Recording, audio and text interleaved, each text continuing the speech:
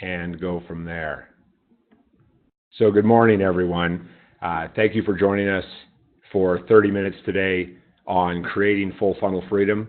What is full funnel freedom? Full funnel freedom is when your sales funnel looks like this instead of like this. When your sales funnel looks like this, your sales team is likely to do things like discount to win business and say and do other things that are not in the best interest of them or your company because they're panicking about how thin their sales pipeline looks. Now, very quickly, an overview of Sandler before we get going. A lot of you on the line are already working with Sandler or have worked with Sandler in the past. And Sandler is really about taking our clients on a journey from knowing to owning. And so human beings, when they develop an awareness that they have a skill gap or a knowledge gap, what they typically do is they go out and they seek knowledge. So they'll read a book, they'll watch a video, they'll go to a workshop, and then they'll say, I know it. Well, unfortunately, the hardest 4 inches to move in our life is from here to here. So if we get all this knowledge, but it doesn't change our language or our behavior, all of it's useless. So with our Sandler clients, we start off by looking at real world application. We don't address hypotheticals because we're about practical real world implementation. Backed up with our learning management system, Sandler Online, which all of our clients get access to, as well as the Sandler e-learning library, which is a free platform which Sandler launched last year for individuals and companies who want to get access to a little bit of Sandler content. They could do that through the e-learning library. And then finally, human beings are not light switches. So Sandler is built around the adult learning model of ongoing reinforcement over time. And we do that through consulting, training, and coaching for two reasons. The first, from an organizational perspective, is to support our clients in creating consistent, repeatable, scalable, and for some of our clients, ultimately sellable at a higher multiple cash engines. And then for our individual clients that we work with, it's creating more effective human-to-human interactions personally and professionally. So a very quick overview on Sandler. There will be 3 ways that you can continue the conversation with us after this webinar if you want to do that, and if not, that's absolutely okay. I'll share those ways with you at the end of the webinar, and then you'll also get those options in the wrap email that you'll get from us later today, which will also include a recording of this webinar. So what is full funnel freedom? Well, full funnel freedom is when your sales funnel looks like that instead of like this. There are 6 components. Component number 1 is clearly identified ideal prospect profiles. Until you have clearly identified ideal prospect profiles and a common language across the organization around who are your ideal prospect profiles, anybody who your salespeople trip over or who fall into your lap is an ideal prospect. And I'm going to guess everybody on this webinar has had the experience of all business not being good business. So clearly identify those ideal prospect profiles. Best practice is 3 to 5. We don't have time to cover ideal prospect profiles today, but we have plenty of resources available to support you in creating ideal prospect profiles. Step 2 is a focus on weekly lead generation. This is typically done through marketing. Marketing is everything that happens before you say hello. So we don't necessarily work on the marketing side of our clients' business. We do work with a lot of marketing agencies, and a lot of our clients will actually integrate what they've learned from us into their marketing to make their lead generation more effective. But if you don't have that continual feeding the funnel at the top end, all of your proactive lead generation is coming through prospecting. And prospecting is something that really nobody likes to do. So that's why step 3 is a commitment to weekly proactive prospecting. As David Sandler said, do a little bit all of the time instead of a lot of it some of the time. And he meant proactive prospecting. Proactive prospecting is when your salesperson can control, did they have an opportunity to have a conversation with a prospect, preferably a decision maker. So making a prospecting call, doing some social selling, going to a networking event, attending a trade show, giving a talk. Those are all proactive prospecting activities. Blasting out 400 emails and sitting back going, well, God sent a messenger, that's not proactive prospecting. That makes salespeople feel really good, but it doesn't necessarily go towards creating full funnel freedom. Step 4 is a clearly defined sales process. And that's where we'll spend our focus today, is what does that clearly defined sales process look like? And then also having accountability to following a selling system. So David Sandler said, you must use a system for sales. Whether you use mine or somebody else's, you must use a system for sales. Because if you don't use a system, you automatically default to the buyer's system. And the first rule of the buyer system is salesperson loses. And finally, coach your people on having a mindset of always be advancing the sale. Now, the Sandler selling system is a conversational model built on a series of small mutual agreements. So where this applies to always be advancing the sale is if your salesperson does not have a clearly defined, mutually agreed upon next step locked in their calendar and their prospect's calendar within a period of time, best practice is 45 calendar days, that opportunity is punted from their sales funnel. Now, if you're going to roll out full funnel freedom and roll out that best practice, give your salespeople an opportunity to get those mutually agreed upon next steps in their calendar. Otherwise, they may see their sales funnel go from what they think is this down to this very, very quickly. And that can be very demotivating. Now that you know what full funnel freedom looks like, here's what your pipeline probably looks like, and based on our experience and my colleagues' experience in 34 countries around the world. Right now, it probably looks like this. And that's okay, because if you don't have a sales process and a prospect calls up and says, send me a quote, send me a proposal, well, when I was in sales before I joined Sandler, that's what I would do. Well, that's my job. I'm a sales guy. I got to put a proposal out. But if we restaged your pipeline, it's probably going to look a lot more like this, right? Tons of suspects, very, very few actually getting down to the closable stage. Well, let's change that. And we'll start with having a process and a system for success. So your sales process is the what information do you need to get to qualify an opportunity. And the system is how you go about doing that. So your system drives your process. And you differentiate yourself based on how you sell, not what you sell. So if we look at a selling system, this is a basic one that we share with our clients. We start off with something called first contact. So first contact is the first time that your salesperson speaks with a prospect. Speaks with, not communicates via email. Now, this could be a prospecting call. It could be a trade show, a networking event.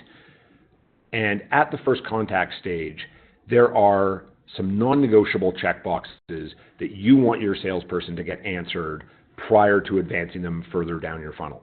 And because salespeople get paid based on the information that they gather, not the information that they give, having these non-negotiable checkboxes clearly defined actually provides a lot of freedom to your salespeople, because then they can focus on gathering this information instead of building a relationship and feeling good about being friends with someone who's probably never going to buy from them. Now, selling is contextual. So in these non-negotiable checkboxes, it may not fit the context to ask your prospect all of the questions that you need to get answered the literal first time that you speak with them. If you're at a networking event, it does not fit the context to ask all of these questions. So you may have an intermediary step. And that's where the process comes in, is your salespeople can focus on, what do I need to do to advance? And then we advance down to, we call it discovery, and not discovery meeting, because processes are time agnostic. All a process says is you need to check certain number of boxes in order to advance down to the next stage. So in our sales program right now, we have a client whose sales cycle is 36 days. And sitting next to them is a client whose sales cycle is 36 months. They can both follow the same process because all they're looking to do is check boxes. And if the one client can check the boxes in 36 days, great. the other prospect needs to check them in 36 months, that's absolutely okay as well. So the check boxes are outcomes, not activities. With the latter client whose sales cycle is 36 months, it may take them 4, 5, 6, 7, 8, 9 meetings to actually check all the boxes. That's okay. But we need to check the boxes in order to make sure we have a qualified opportunity. Eventually, we'll get down to a proposal presentation stage. Then we go into implementation. So there's no closing. The closing happens up in the proposal presentation.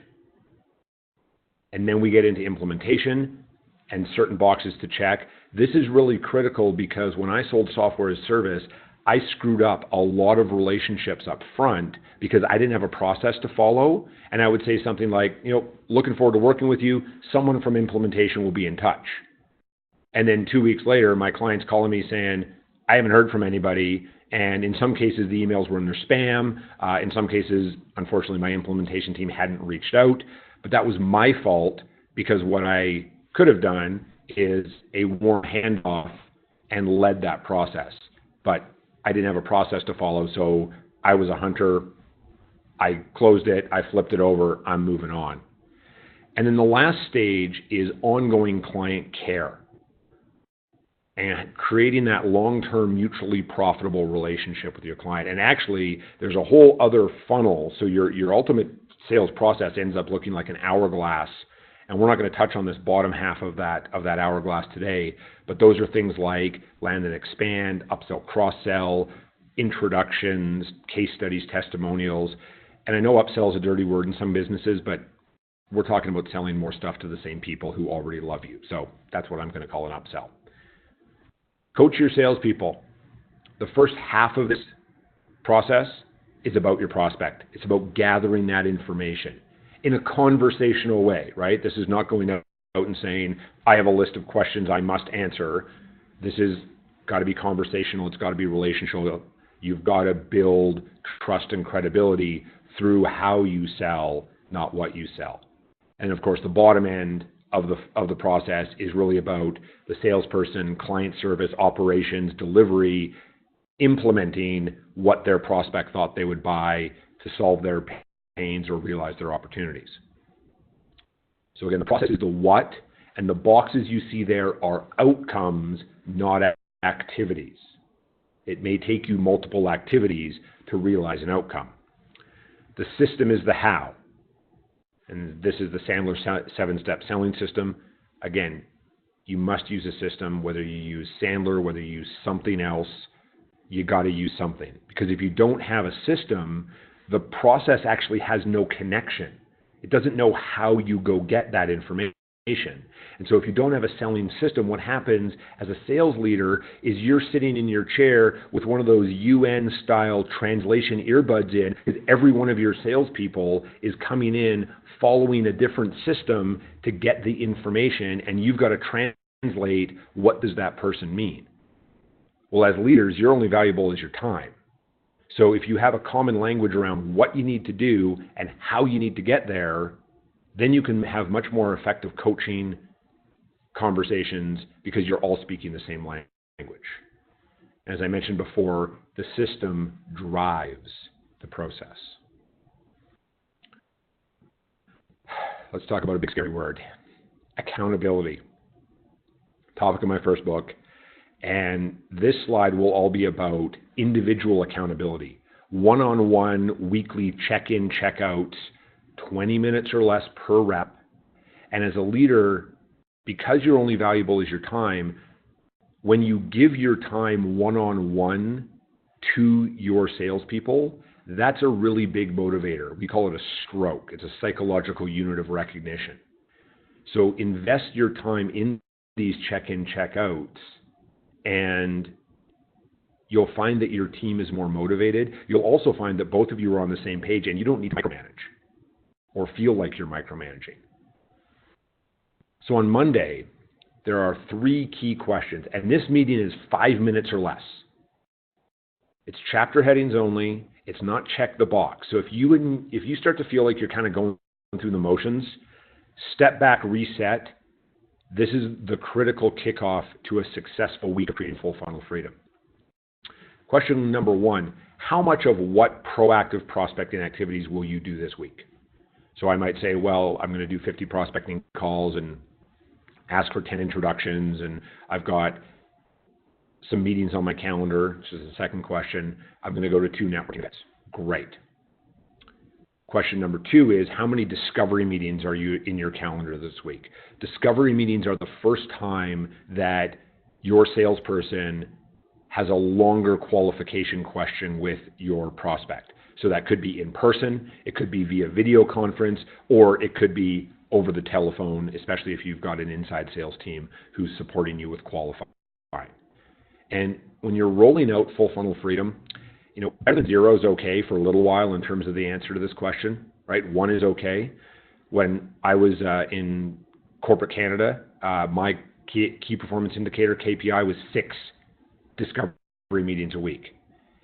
And the critical thing with discovery meetings is that that's where you start creating that full funnel freedom and moving down your process.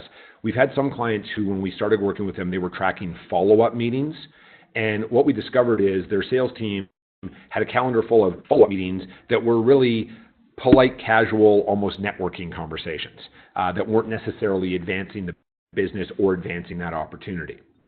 Speaking of which, question 3, what opportunities are you moving down your funnel this week and or out of your funnel because you closed the file, not a good fit, or you closed the sale?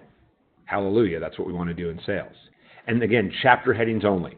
So this is maybe just the name of the prospect, or if you've got multiple opportunities with a prospect, if you're in an enterprise environment, it might be the name of the prospect and either the division or the service that you're currently proposing to them.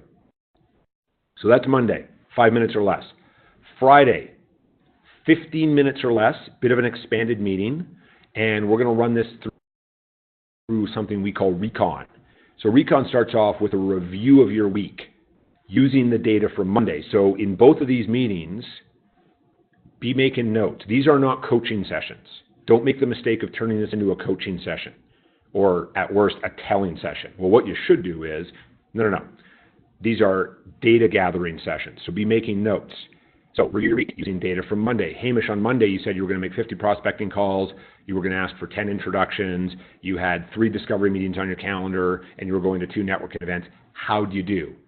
Well, I did the 50 prospecting calls, and I actually asked for 15 introductions. One of the discovery meetings got pushed back to next week, but I had the other 2, and I did go to the 2 networking events, and I ended up with a couple of calls in the calendar from each one of them. Great. So Hamish, how would you evaluate your week on a scale of 1 to 10? 1 is not really good, 10 is amazing. What do you think? Out of roll. Don't tell them what you think their week was, because now you're in a fight. Let me give the data point to you. So I might say, well, you know what, based on that, I think I was about a 7. Now, if you think I was a 7, great. Move on. This is not a place to get our emotional needs met. However, if you have someone on your team who, is a little critical of themselves, will beat themselves up, you might say, well, Hamish, would it be okay if I said I thought you were a bit higher than a 7? And they're probably going to say yes. And by the way, you probably don't have to give them a number. They're not going to ask. So if you have that person who beats themselves up, just say, yeah, would you be okay if I said you were a little bit higher? And they'll probably say yes, and they'll be very grateful for that. Now, if you have a person on your team who likes to pump their own tires a little bit, then they may say, well, I was at 9. And you can say, well, Hamish, based on what you said, how do you get to a 9 based on what you shared with me from what you said you were going to do on Monday to what you actually did? And then I say, well, I was an 8.5. And again, not a place to get your emotional needs met. You might think I was a 6. That's okay. Say, yep, that's fine. As long as I'm self-discovering and moving myself down, I'm beating myself up enough. You don't need to beat me up. Changes. What will you change next week to improve? So to get from a 7 to an 8, or even if you're at a 10, what can you do to stay at a 10? Specific, measurable, observable. The answer to this question is not stuff and things. It's specific, measurable, observable things. I'm going to watch a webinar. I'm going to review this information. I'm going to pre-call plan. I'm going to post-call debrief, whatever those things might be. What opportunities are you focused on next week? These last two parts of recon are going to give you a preview of your conversation on Monday and potentially head off an awkward conversation coming up next Friday. So Hamish, what opportunities are you focused on next week? Again, chapter headings only. Company name, or if you have multiple opportunities, company name and the service or company name and the division. And then finally, what's coming up in your calendar next week that you're excited about or that you need support on? That's it, 15 minutes. Making notes. If you feel like you need to have a coaching session, book the coaching session before you part ways. 20 minutes or less. Unless you're managing a gigantic sales team, this is probably going to take you less than 4 hours of your week. And as all sales leaders, we only work a 40-hour work week, right? Let's talk about running an effective funnel review meeting. So now we've talked about the individual accountability. Let's go to that group accountability. And that's what we like to call a sales funnel review meeting or a sales funnel management meeting. The time during the week where no one walks away feeling very good about themselves. Sometimes it's because of how long the meeting took. I've heard recently of some sales meetings, some sales funnel review meetings that have gone on for 2 hours. And this is with a sales team of less than 10 people. So we've got 6 steps, best practices, that if you follow this, your sales funnel review meetings are probably going to be under 30 minutes a week, which would be very beneficial for your salespeople who want to get out and go sell. Step 1 is managers from other functional areas attend for 2 reasons. Reason number 1 is we want them to understand that sales is really hard. It's not all golf games and lunches and going to exotic trade shows and warm locations. It's really, really hard. But at the same time, we want a little bit of pressure on the sales team because we don't want one of the other managers walking out saying, man, Hamish has been talking about prospect X for 6 months. It's going to be another 6 months before it closes, if it closes at all. So we want our salespeople to be bringing real qualified opportunities to the table here. The second reason we want managers from other functional areas to attend is we want them to be on notice where they may need to resource up or where they can identify a potential issue before it becomes a major problem. Like you may not have the resources available to service a client if it comes in within a certain time period. So you could have that conversation with your prospect now as opposed to starting off a new client relationship on a bad foot. Number 2, it's chapter headings only. We've hit on this before. This is just the facts, right? Who is it? How much? How do you find them? And then the critical question is, what's the clear next step in your calendars? And I'll touch on what the response might be in a couple of seconds. Because that leads into no storytelling. So it's great that you and your prospect like the same sports teams or that they have really nice cookies in their waiting area. That's not relevant to the sales funnel review meeting. We're looking for just the facts because we want to make the most effective use of our time while still making sure everyone has complete clarity and is on the same page with what is coming in the next little while. Speaking of that answer to any of the questions that you might ask in a sales funnel review meeting, because you're allowed to ask questions, any response that goes something like or I think gets punted back to 90 days. You don't have to kick it out of the sales funnel entirely, but punt it back to 90 days.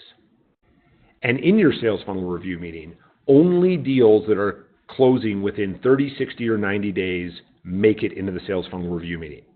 Now, some of our clients who are in the enterprise space, like the client whose sales cycle is 36 months, sometimes they'll put 120 days closing in because that's a realistic timeline for them to be able to need to resource up. And this doesn't mean that you don't want to have your salespeople pursuing opportunities that may close beyond 30, 60, or 90 days, because also that might fit your sales cycle. But with a sales funnel review meeting, we're looking at what's happening in that next 30, 60, 90. Because that's the really critical cash flows in, resources out, supporting our new clients. And then finally, this is not a coaching session or problem solving, but again, be making notes as each of your salespeople are sharing what's on their 30, 60, 90. So then afterwards, you can circle back to them privately and say, Hamish, I heard something about this deal that's closing in 60 days. I had a few more questions. Do you mind if we have a quick coaching session? Help me understand, make sure that we're on the same page. Not only are you giving me a little bit more of your time, giving me a stroke, you're also not wasting the time of your other salespeople who in the sales funnel review meeting, had you said that to me in the meeting, would be rolling their eyes thinking, I got better things to do than listen to my boss, give Hamish some coaching. So where do we go from here? Well, there's 3 ways that you can stay in touch with us. Number 1 is we have a Sandler Rules for Sales Leaders self-study course through our learning management system that you can invest in through that link.